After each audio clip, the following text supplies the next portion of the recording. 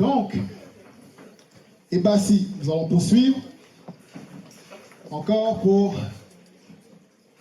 cette réunion spirituelle, cette rencontre ici à Limoges. Nous avons encore cette grâce d'être présents, de nous réunir après tous ces combats. Et chacun de nous, chacun de vous, vous savez, tout ce qu'on a pu traverser pour pouvoir arriver à cet instant, pour recevoir les messages, avoir la grâce de pouvoir voir notre Mouledi, de partager, d'échanger.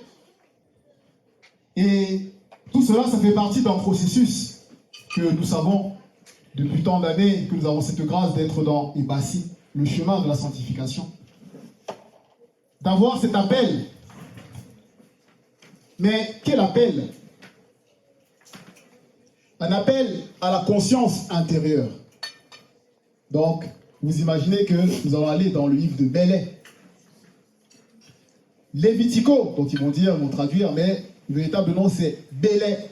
Et comme nous le savons, c'est en douala, dans la langue originelle. Belais qui veut dire appeler, appel. Et nous allons lire le chapitre 3, au chapitre 3. Une fois, Mouledi a répondu à une sœur qui avait posé une question au niveau concernant la conscience intérieure. Comment faire pour pouvoir avoir l'ongela buildea, donc la vie éternelle. Et Mouledi a fait comprendre que par rapport à la conscience intérieure, c'est aller à la rencontre de cet être intérieur-là. Et nous le savons que cet être intérieur, c'est l'esprit. Et c'est l'âme, notre âme, qui a besoin de nous connecter à notre esprit pour aller dans cette conscience intérieure. Aller à la rencontre. Parce que l'esprit, c'est là où il y a la vie. Et c'est cet esprit qui manifeste donc cette vie où nous devons aller nous abreuver pour pouvoir avoir l'ongela buildea dans la bonne disposition. Donc ici, quand Boussi, il dit au peuple qui le suivait, qui les appelle à la conscience intérieure, ce n'est pas pour rien, parce que nous savons que ce n'est pas un jeu. Et nous pouvons témoigner. Rien que pour nous réunir, tous les combats, les attaques, nous ne sommes pas n'importe qui. À cause de cette grâce que nous avons acceptée. Mais ce n'est pas de nous-mêmes. Donc, comment est-ce qu'on va faire donc pour pouvoir aller à la rencontre de cette conscience intérieure? Nous le savons, le juste vivra par la foi et les œuvres, alimentées par le verbe de l'Oba. Donc c'est en pratiquant ce qui est recommandé et en bannissant ce qui est interdit. Et en cela, on voit bien au niveau du titre du chapitre 3, interdiction de pratiquer des rites occultes. Donc il y a des interdictions. Et nous savons que toutes ces interdictions, ce n'est pas pour nous enfermer dans un cocon où d'autres qui n'ont pas l'amour de la vérité vont dire « Oh, vous là, vous êtes dans une secte, vous êtes là-bas, vous êtes enfermés, vous dites toujours. Hein? » Non. C'est pour nous garder à l'abri. Parce que même moi, quand j'ai eu la grâce de recevoir le verset, et de lire, et de voir un peu cette interdiction-là, je me suis dit hey, mais il y a vraiment des gens qui pratiquent ça. Et ils sont sérieux par rapport au sang. Bon. Mouledi nous a parlé du choix, de l'influence du choix, de l'habillement. Bon, Mouledi, voilà, on sait le verbe, hein. Il est au-delà du temps et de l'espace-temps. Avant même de choisir la tenue pour pouvoir venir me présenter dans Ibassi, je me suis dit, je vais porter le costume. Je choisis le costume noir. Bon, là, pour la chorale, on a les t-shirts rouges. Mais derrière, nous savons qu'il y a un symbole. Que là, la couleur noire, ça va symboliser d'entrer dans l'obscurité. Ben, on a peur de l'obscurité. Quand il fait nuit comme ça, on dit, hé, il y a quoi là-bas? Mais nous, on nous appelle à rentrer dans l'obscurité. Et nous savons maintenant que cette obscurité-là, dont notre homélie nous présente, c'est le mystère du chemin initial dont nous devons entrer. Et le rouge, on sait que ça symbolise l'âme. L'âme qui doit aller à la rencontre de la conscience intérieure pour pouvoir marcher dans ce chemin de l'obscurité, mais guidé, parce que de nous-mêmes, on va faire comment pour aller. Non. Guidé par la lumière. En cela donc, au verset 1, il est dit, aucun homme, virgule, femme ou jeune parmi le peuple, quel que soit son rang, virgule. Donc ici, Boussi, il explicite bien. Aucun homme, il commence par l'homme. Aucune femme, aucun jeune parmi le peuple. Et nous savons que mais derrière, il y a toujours, nous devons toujours voir spirituellement les choses selon le verbe. Parce que l'homme va représenter l'esprit. La femme va représenter la terre, donc le corps. Et le jeune, on sait comment l'âme est arrivée de l'union des deux. Donc ça s'adresse aux trois consciences.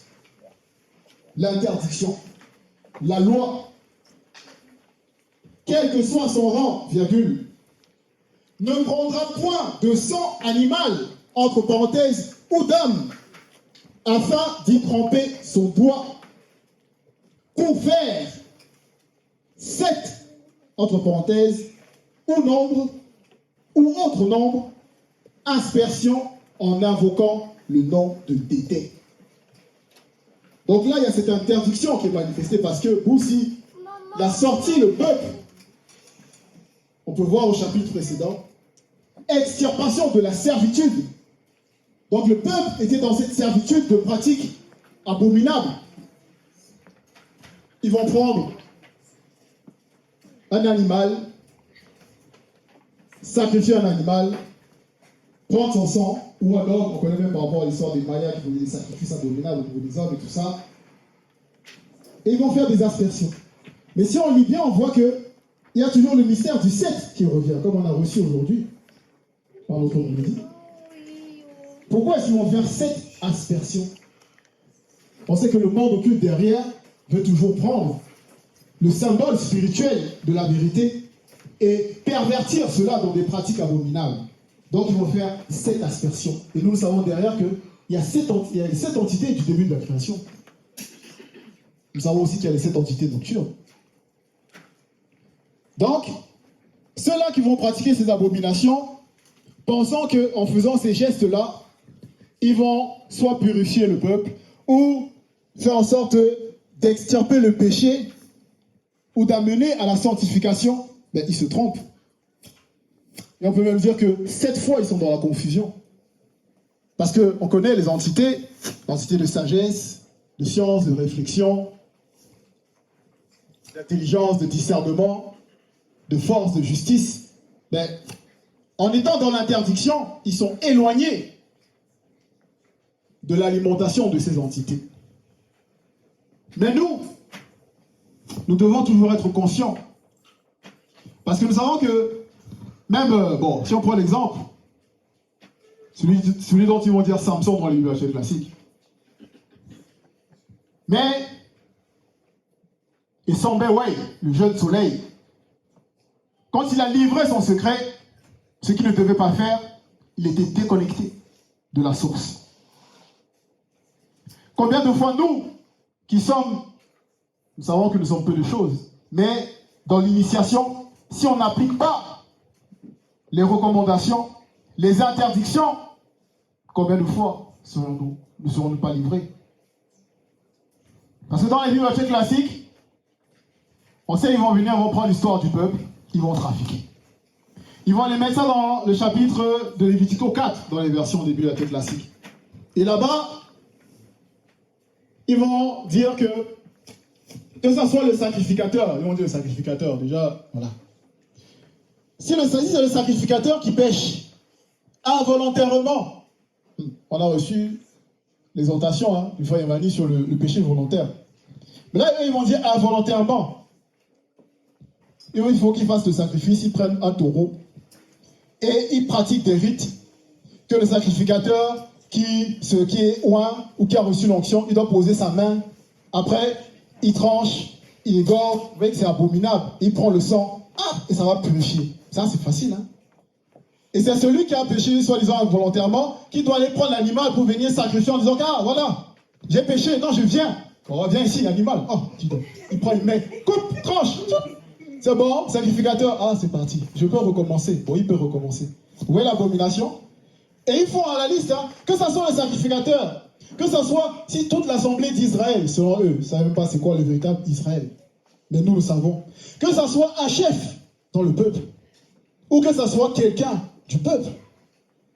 Et on prend soit le taureau, soit le bouc, soit une chèvre. Voilà. Et dans ces Bibles-là, ils disent eux-mêmes, hein, qu'ils vont prendre la victime. Qu'ils utilisent donc la victime. Mais on sait qu'il y a une victime. Mais s'il y a une victime, ça veut dire qu'il y a une loi, qu'il y a quelque chose qui est transgressé. Mais ils vont dire victime, alors que dans leur propre Bible, dans ce qu'ils vont dire psaume, soit c'est Hébreu, ou c'est Hébreu 10.5, et même dans psaume 46, qu'ils ont repris, 40 verset 6, tu ne désires ni sacrifice ni offrande, virgule, tu m'as ouvert les oreilles, tu ne demandes ni holocauste, ni victime expiatoire. Donc ça se contredit. Voilà la contradiction. Mais, pour pas que ça fasse trop long, nous savons que dans Kalatambale, c'est au chapitre 11, que là c'est restauré de toutes ces abominations qu'ils ont trafiquées. Vous voyez? Donc ils vont faire ça, ils vont prendre le sang, parce que le sang, il y a beaucoup qui s'imaginent des choses avec le sang, à cause de leur mauvaise interprétation, compréhension, et de l'influence des démons, la pollution, la fausse doctrine.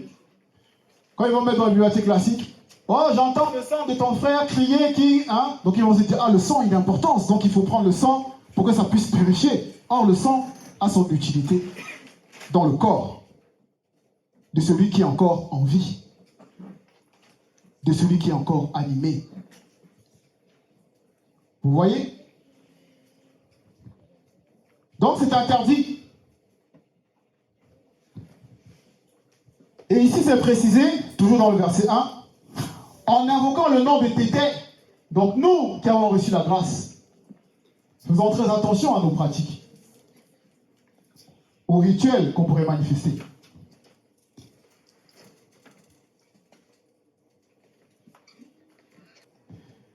Faisons très attention, parce que en invoquant, c'est précisé, en invoquant le nom de Tété, alors nous savons, dans tout ce qu'on va faire, tous nos projets, faisons attention. Moi, ce que je peux donner comme conseil, protégeons toujours notre esprit. Même si on a l'impression de ne pas avoir bien compris quelque chose, ou on traverse quelque chose de terrible dans notre état de conscience, dont on a l'impression qu'on ne peut pas surmonter, faisons attention. Ne mêlons pas le spirituel dans ce qu'on sait que notre marche est douteuse, faisons attention. Et c'est pour ça qu'au verset 2, il est dit, quiconque mettra à cœur de le faire, virgule, parce qu'à cœur, dans la conscience du cœur, parce que l'âme, c'est le corps émotionnel, le corps de désir. Donc quiconque mettra à cœur de le faire, donc ces abominations, ces pratiques, deviendra, donc dans le futur, aussitôt, ce n'est pas demain, ce n'est pas aussitôt, donc c'est immédiatement, une abomination pour le verbe de Tété. Parce que Tété, il est au-delà de tout. Donc faisons attention. Veillons toujours à purifier la conscience de notre cœur, selon la vérité, pour ne pas être une abomination. Ne pas manifester des pensées qui peuvent être abominables, ou des gestes, des rites, des pratiques abominables. Parce que nous sommes dans Ebassi. Mais cette rencontre-là, c'est comme si on nous apprête, on nous prépare à entrer dans le Saint des Saints. Voilà. C'était le message, frères et sœurs. Tété est toujours glorifié.